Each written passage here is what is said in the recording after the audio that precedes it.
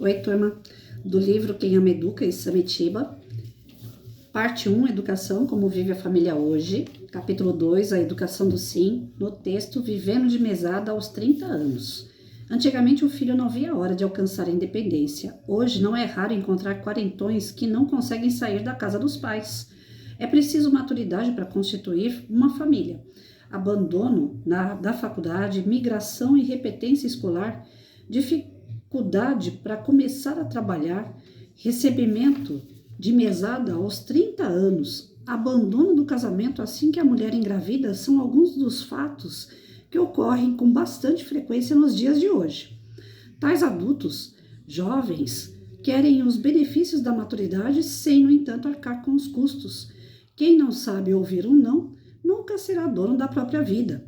Nada impede que um trintão viva com os pais, desde que essa seja apenas uma opção de vida e não uma necessidade de sobrevivência. Desculpa. Eternos, mamadores, os parafusos de geleia são cruéis e não se incomodam em ferir outras pessoas quando não suportam uma situação. Já atendi um trintão que me dizia: meus pais bem que podiam morrer para eu ficar com a herança. Não raramente vendem a propriedade dos pais, conseguem a procuração deles e jogam-nos no asilo para ficar com o dinheiro.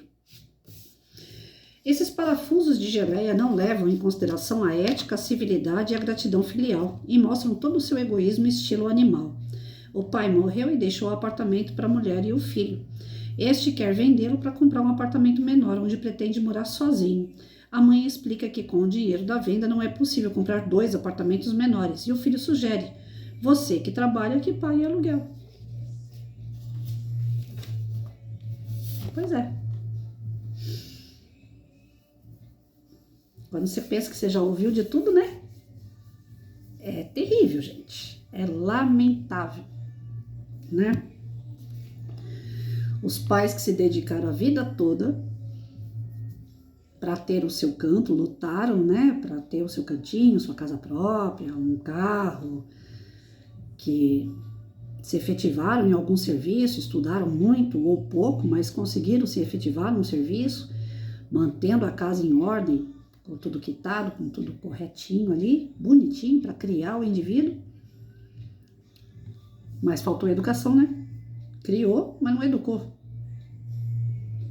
E a culpa acaba caindo em cima dos pais. Infelizmente, né? Os pais dessa história fizeram o melhor pelo teu filho. O melhor que eles puderam. E o cara, o que ele quer? A casa dos pais.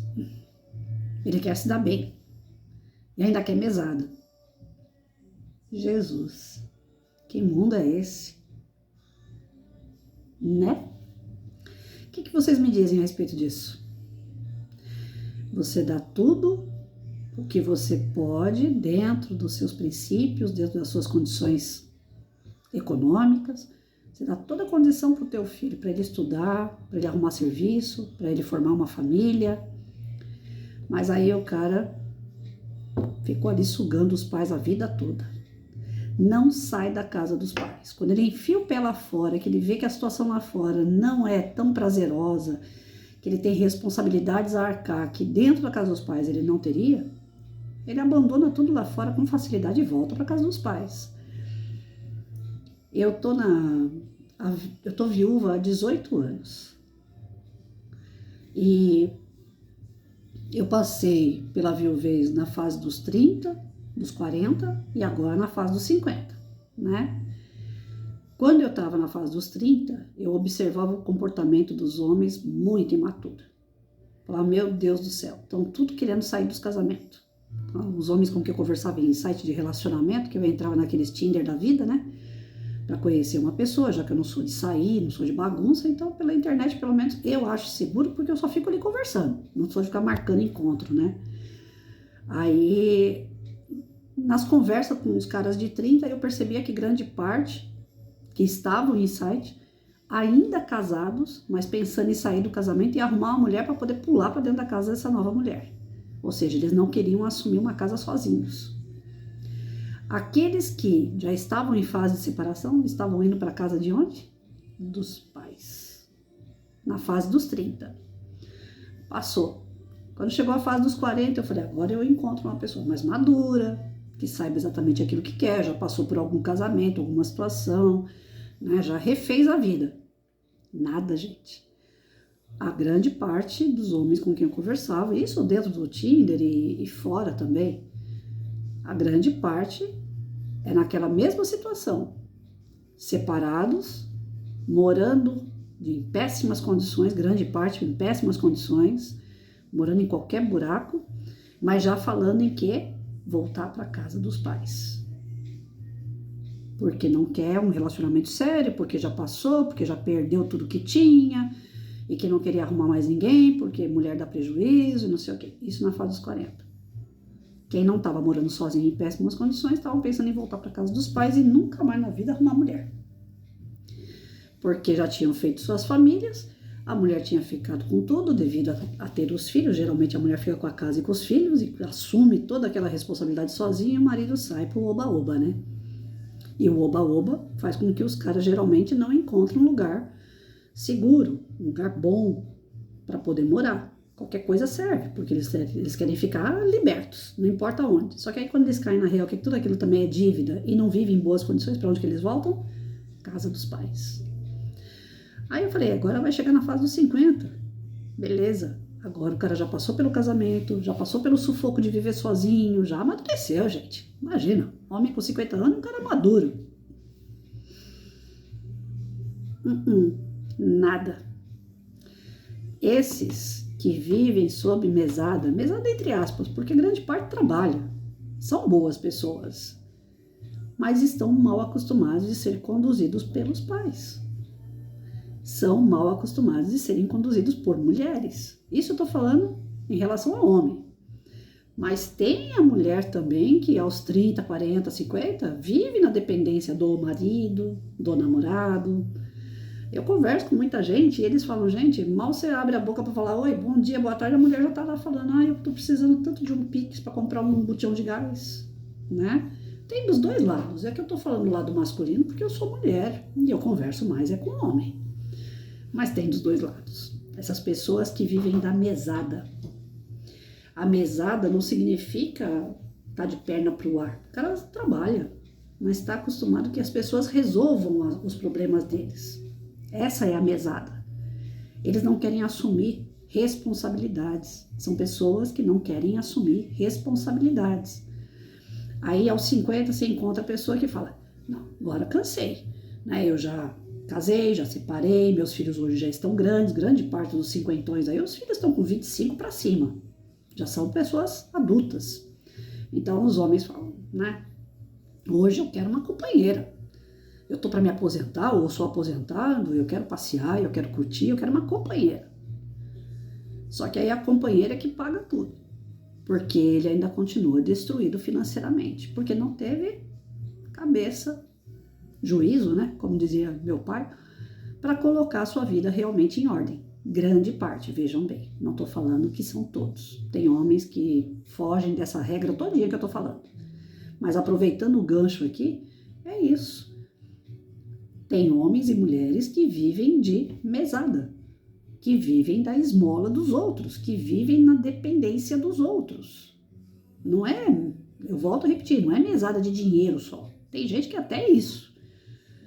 Mas grande parte vive de mesada, vive sugando o outro. O outro é que tem que resolver o problema dele, porque ele não sabe resolver problema. E isso é o caos para o relacionamento. É o caos. Porque você sobrecarrega um para você ficar bem. É o auge do egoísmo. E quem é que consegue conviver com um narcisista, com um cara que só ele que existe? Não existe mais ninguém. Só ele que tem problema. Só ele que fica doente, só ele que tá com problema no trabalho, só ele que tem problema na família, só ele. Ninguém consegue conviver com uma pessoa assim. Por muito tempo, não. Aos 50 eu tive o desprazer de ter que conviver com uma pessoa assim. Boa, de bom caráter, até certo ponto, mas super imaturo. Não consegue resolver nada, que tá um passo dele, na palma da mão dele para ele resolver. Ele não sabe resolver. Antes de perguntar para a mãe, antes de perguntar para a filha, antes de perguntar para mim, antes de perguntar para todo mundo. Ele tem que fazer aquela coisa assim, não, fulano falou isso, mas fulano falou isso, mas fulano falou... Agora eu resolvo. Porque a pessoa mesmo não tem uma atitude, não tem firmeza naquilo que está fazendo. As promessas que faz, então, gente do céu. Parece que o tempo que a pessoa tem é para se dedicar a enganar. Ela quer ser aquilo. Não é? Ela não faz isso de maldade. Ela quer ser, mas ela não consegue. Ela quer ser todo aquele príncipe que ela coloca. Eu vou fazer, eu vou acontecer, eu vou ser seu braço direito, seu braço esquerdo, que eu vou. Mas na verdade é tudo aquilo que ela quer que faça para ela. E não se toca disso, viu? É algo assim que a pessoa não percebe. Ela é um tremendo suga-sangue, mas ela não percebe. Ela acha que ela é autossuficiente, ela acha que ela consegue fazer as coisas dela, que o outro que entrou na vida, que é um entrão na vida dela. Primeiro ela dá todo o espaço para a pessoa fazer obras na vida dela. Aí depois ela, puxa, agora que tá tudo certo, eu não preciso mais de você. Então ela tá sempre buscando alguém que supra os pais. Ou que caminhe junto com os pais. Eu cheguei a ouvir de sogra, de ex-sogra, que nem me considerava como nora. Você faz bem pro meu filho, você tá colocando meu filho no caminho certo. Agora ele encontrou uma mulher que realmente vai erguer ele, que vai colocar ele para andar. 50 anos, gente, peraí. Opa, quando me falaram isso, eu falei, não, peraí. Eu não sou da família, não sou considerada da família, eu sou considerada o quê? A fadinha que chegou aqui para fazer os milagres e depois pé na bunda. Desculpa a expressão, mas foi isso, né? Então, os caras que vivem da mesada, que vivem da migalha, que vivem da opinião, que vivem do que os pais vão resolver na vida dele, são pessoas imaturas, pessoas difíceis e que, se deixar, levam a gente junto. E se eu sou daquela fase lá do não, essa pessoa também deveria ser, mas não foi. Essa foi um parafuso de geleia. Tudo sentava e chorava. E aí, quando não tinha aquela choradeira, porque estava tudo resolvido, chorava porque estava monótono. São pessoas extremamente descontentes com a vida. E tem aqueles casos graves, como a gente acabou de ler aqui, que são os interesseiros absolutos, que só estão esperando o pai ir para a cova para tomar tudo que é do pai. E tem uns que não esperam nem o pai para a cova. Bota num asilo, faz uma carta de que o pai não está responsabilizado mais pelas suas atitudes, toma tudo que é do pai. Uma vez eu tive uma conversa com o meu filho e falei para ele assim, quando eu me aposentar, eu pretendo morar no interior, eu gosto de campo, eu gosto de montanha, eu gosto de árvore, eu quero ir para um lugar tranquilo. E a minha doença, ela precisa que eu fique em lugares tranquilos. Se for um lugar muito barulhento, cheio de gente, movimento, eu não sei, a doença é neuromuscular. Então mexe com os neurônios, acelera, o metabolismo acelera e as pernas travam. Então eu tenho que ir para um lugar bem calmo, sem gente nenhuma, assim, para eu poder andar na paz. Falei, eu preciso ir embora. Aqui onde eu moro é um lugar tranquilo, mas não é um lugar bonito de se andar, não tenho muitas amizades, então eu quero ir para um lugar onde eu possa fazer amigos, que eu possa estar junto com pessoas que falem a mesma língua, né? Eu quero escolher um lugar legal para eu poder morar. Aqui era para morar, formar família e trabalhar. Então, já que meu marido não está mais entre nós, meu filho estava crescendo e eu já estava perto de aposentar, eu falei, eu quero ver se eu arrumo um lugar para eu poder mudar que seja mais tranquilo ainda do que já é aqui. Ele virou para mim e falou assim, você vai vender a casa aqui para comprar outra e você dá a minha parte. Aí eu olhei para a cara dele e falei, que parte? Uai, meu pai é falecido, eu tenho a parte do meu pai. Pela lei dos homens, gente, realmente, ele tem a parte do pai dele se eu vender a casa, não é? Mas cá para nós, tá certo isso? Não é uma casa que eu comprei com o meu marido? Não é uma casa que eu mantenho com o meu dinheiro, e o dinheiro, porque eu sou viúva de policial militar, então eu tenho a aposentadoria, a pensão, né, do meu marido. De qualquer forma, sou eu e meu marido que mantém a casa. Eu vou dar a parte do meu filho, que parte? Qual é a parte que ele trabalhou, que ele colocou um prego na parede, que ele fez alguma coisa aqui? Então, pela justiça moral, eu, mãe, acredito que ele não tem direito a nada, por enquanto. É filho único. O dia que eu morrer, o pai dele já morreu. O dia que eu morrer, a casa é dele. Todinha dele. Ele vai poder detonar, morar, fazer o que ele bem entender. Mas enquanto eu estiver morando, ou se eu quiser vender, o dinheiro é meu e do pai dele. Que é um grande amor que eu tive. Não é qualquer homem que eu me envolvi e casei. Foi o homem que eu mais amei na vida. E amo. Então é algo meu e do pai dele. Quando eu morrer, é dele. Se ele não quiser, porque hoje aí ficou aquela coisa do extremo. Como eu disse, não vendi casa, não mudei de casa, continuo aqui. Mas se eu vendesse o direito, eu moralmente acho que é todo meu, né? Não é uma questão econômica, porque eu trabalhei a vida inteira, eu tenho meu salário, eu posso muito bem largar essa casa aqui todinha e dar para ele e morar em outro lugar. Sem problema. Mas moralmente falando, eu acredito que não tá certo. Pela lei dos homens, tá. Mas a lei dos homens é falha. Porque veja bem, como que eu posso dar parte do meu marido para o meu filho? Sendo que meu filho não fez nada pela casa. Então eu, como mãe, dura, rígida que sou, falei para ele, você não tem direito a nada aqui. Quando eu morrer, você tem. Aí pela ignorância, pelo extremo, tá bom, não quero nada que é seu. E hoje ele vive sozinho, passa uns apertos financeiros, eu posso ajudar, quero ajudar, mas não aceito. É bom por um lado, porque através do sofrimento vai ver que as coisas não são fáceis, vai ter que aprender pelo sofrimento. É ruim pelo outro porque tem mãe viva que poderia dar um apoio, não é fazer tudo por ele. E nem dar aquilo que não é de direito dele ainda. Daqui a pouco eu tô indo embora. A poliomielite diz que em 5 anos mata. Eu tô há 7 com ela. Então daqui a pouco eu não tô aqui mais para contar a história. Mas essas conversas entre mãe e filho, pai e filho, são assustadoras. Quando a gente percebe que o filho está procurando os direitos dele com a mãe viva. São assustadoras. Tem filho que infelizmente está internando o pai por aí, está matando o pai por aí, para poder pegar os bens. E no campo espiritual tá cheio. Eu, por ser espírita, aqui é um canal de educação, não espiritismo, mas eu, por ser espírita, eu sou obrigada a falar isso também. No campo espiritual tá cheio de espíritos arrependidos de ter dado veneno para pai, de ter matado o pai de várias formas. Tá aí um caso que virou até filme, né? Porque aqui no Brasil a gente cultiva os ruins.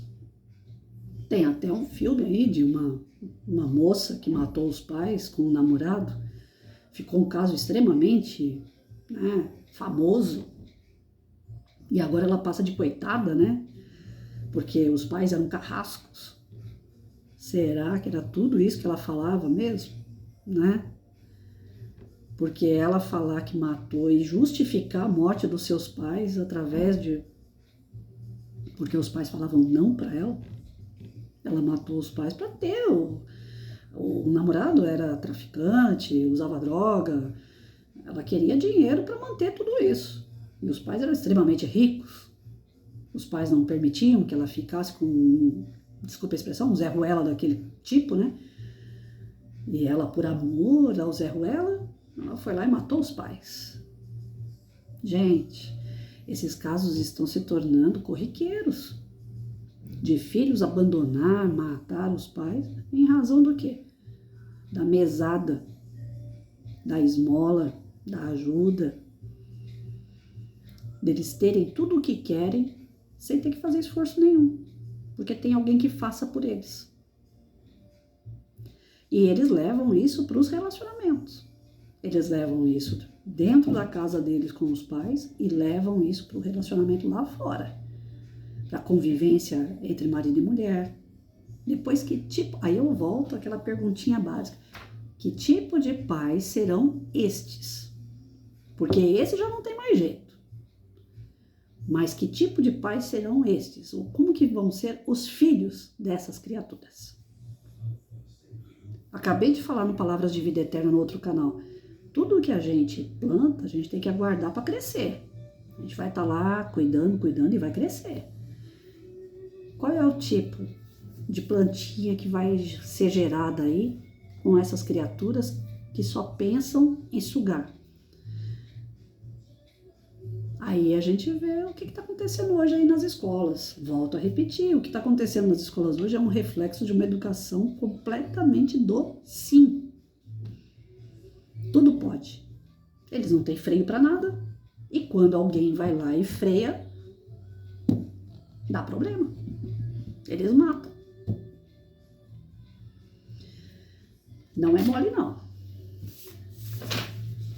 Essa geração do sim, ela realmente veio para acabar com muitos valores, muitos princípios que a geração do não cultivava.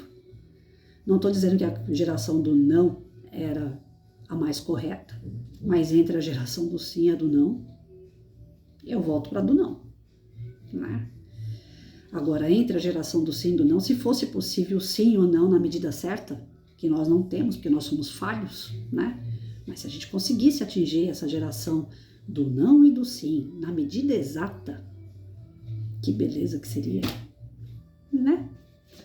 Tá nas nossas mãos aí. A gente tem que refletir muito sobre aquilo que a gente está fazendo com os filhos, com a fala que nós temos, com as atitudes que nós temos, né? Até que ponto a gente pode dizer não, pode dizer sim, porque não é fácil não. As consequências são terríveis. Ouvir de um filho que preferia te ver morto para que pudesse herdar a sua casa. Que ponto é esse, gente, que nós estamos chegando? Ouvir de companheiros de jornada de que eles só têm problemas e quem resolve grande parte desses problemas são os pais deles aos 50 anos de idade. Eles têm que ouvir o conselho da mãe ainda para resolver algum problema. Não que pai e mãe não vai ser amigo pro resto da vida. Vai e deve ser. Mas um cara de 50 anos tem que saber resolver sua situação. Sem ter que ouvir tantas pessoas, sem ter que ficar buscando soluções através de pessoas. Ele tem que ter firmeza, tem que saber aquilo que está fazendo. As promessas que fala, tem que saber cumprir. E não são promessas porque ele quer que aconteça com ele, mas sim porque ele é capaz de fazer. Vamos pensar um pouquinho aí?